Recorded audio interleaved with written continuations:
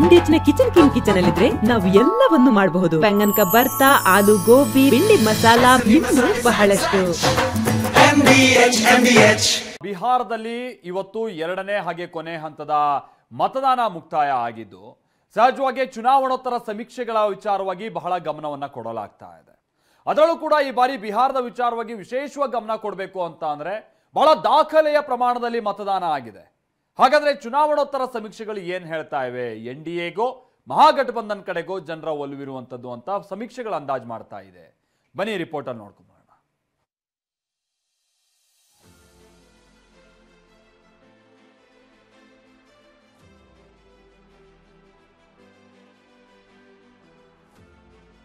ಮತಯಂತ್ರಗಳಲ್ಲಿ ಬಿಹಾರದ ಭವಿಷ್ಯ ಸುಭದ್ರ.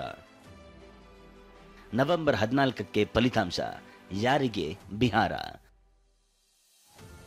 ದೇಶದ ಕುತೂಹಲ ಕೆರಳಿಸಿರುವ ಬಿಹಾರ ಮತಯುದ್ಧ ಕ್ಲೈಮ್ಯಾಕ್ಸ್ ಅಂತ್ಯಕ್ಕೆ ತಲುಪಿದೆ. 122 ವಿಧಾನಸಭಾ ಕ್ಷೇತ್ರಗಳಿಗೆ 2 ಹಂತದಲ್ಲಿ ಮತದಾನ ನಡೆದಿದೆ. ನವೆಂಬರ್ 6ರಂದು ಮೊದಲ ಹಂತದ ಮತದಾನ ನಡೆದಿದ್ದು 64% ವೋಟಿಂಗ್ ದಾಖಲಾಗಿದೆ. ಇಂದು ಎರಡನೇ ಹಂತದ ಮತಹಬ್ಬ ಮುಗಿದಿದ್ದು ಬಿಹಾರದ ಮತದಾರರು ಇತಿಹಾಸ ಸೃಷ್ಟಿಸಿದ್ದಾರೆ. ಇವತ್ತು 70% ಮತದಾನವಾಗಿದೆ. NDA ವರ್ಸಸ್ ಮಹಾಗಠಬಂಧನ ಯುದ್ಧದಲ್ಲಿ ಯಾರಿಗೆ ಬಿಹಾರ ಅನ್ನೋದು ನವೆಂಬರ್ 14ರಂದು ಗೊತ್ತಾಗಲಿದೆ. ಬಿಹಾರದ ಗದ್ದುಗೆ ಹಿಡಿಯಲು ಮ್ಯಾಜಿಕ್ ನಂಬರ್ 122 ಬೇಕು. ಸದ್ಯ ಮತದಾರರು ಹೇಳಿರುವ ಬಿಹಾರ ಭವಿಷ್ಯ ಮತಯಂತ್ರಗಳಲ್ಲಿ ಭದ್ರವಾಗಿದೆ. NDA ಪರ ಚುನಾವಣೋತ್ತರ ಸಮೀಕ್ಷೆಗಳ ಬಹುಪರಾಗ್. ಈ ಬಾರಿ ಸಿಎಂ ನಿತೀಶ್ ಕುಮಾರ್ ನೇತೃತ್ವದ NDA ಮೈತ್ರಿಕೂಟ ಮತ್ತು RJDಯ ತೇಜಸ್ವಿ ಯಾದವ್ ಸಾರಥ್ಯ ಮಹಾಗಠಬಂಧನ್ ನಡುವೆ ನೇರ ಹಣಾಹಣಿ ಏರ್ಪಟ್ಟಿದ್ದು, ಚುನಾವಣೋತ್ತರ ಸಮೀಕ್ಷೆಗಳು NDA ಮೇಲುಗೈ ಸಾಧಿಸಲಿದೆ ಅಂತ ಭವಿಷ್ಯ ನುಡಿದಿವೆ. ಹಾಗಾದ್ರೆ ಮತದಾನ ಮುಗಿದ ಬೆನ್ನಲ್ಲೇ ಹೊರಬಿದ್ದಿರುವ ಚುನಾವಣೋತ್ತರ ಸಮೀಕ್ಷೆಗಳು ಏನ್ ಹೇಳ್ತಿವೆ ಅಂತ ತೋರಿಸ್ತೀವಿ ನೋಡಿ.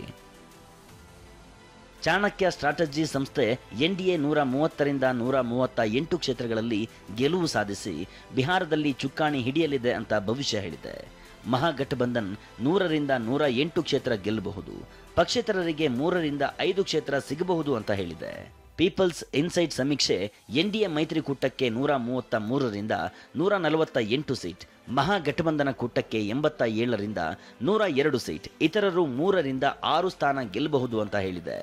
ಮ್ಯಾಟ್ರಿಜ್ ಸಮೀಕ್ಷೆ ಪ್ರಕಾರ NDAಗೆ 147ರಿಂದ 167 ಸೀಟ್, ಮಹಾಗಠಬಂಧನಕ್ಕೆ 70ರಿಂದ 90 ಸೀಟ್, ಪಕ್ಷೇತರರಿಗೆ 0ಯಿಂದ 7 ಸೀಟ್ ಸಿಗಬಹುದು ಅಂತ ಭವಿಷ್ಯ ನುಡಿದಿವೆ.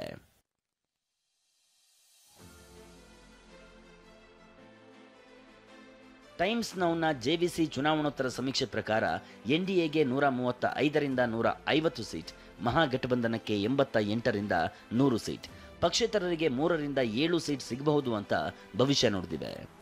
ಸಮೀಕ್ಷೆಗಳೇನು ಈ ಬಾರಿಗೂ ಬಿಹಾರದಲ್ಲಿ NDA ಚುಕ್ಕಾಣಿ ಹಿಡಿಯಲಿದೆ ಅಂತ ಹೇಳ್ತಿವೆ. ಆದರೆ ಬಿಹಾರದ ಮತದಾರ ಕೊಟ್ಟ ತೀರ್ಪು ನವೆಂಬರ್ 14ರಂದು ಹೊರಬೀಳಲಿದೆ. Bureau report, TV9. ಅರೆ ಕಡಿಮೆ ಹಾಕು, ಆದ್ರೆ ಅಸಲಿ ಹಾಕು. MDH ಕಾಶ್ಮೀರಿ ಕೆಂಪು ಮೆಣಸಿನ ಪೌಡರ್.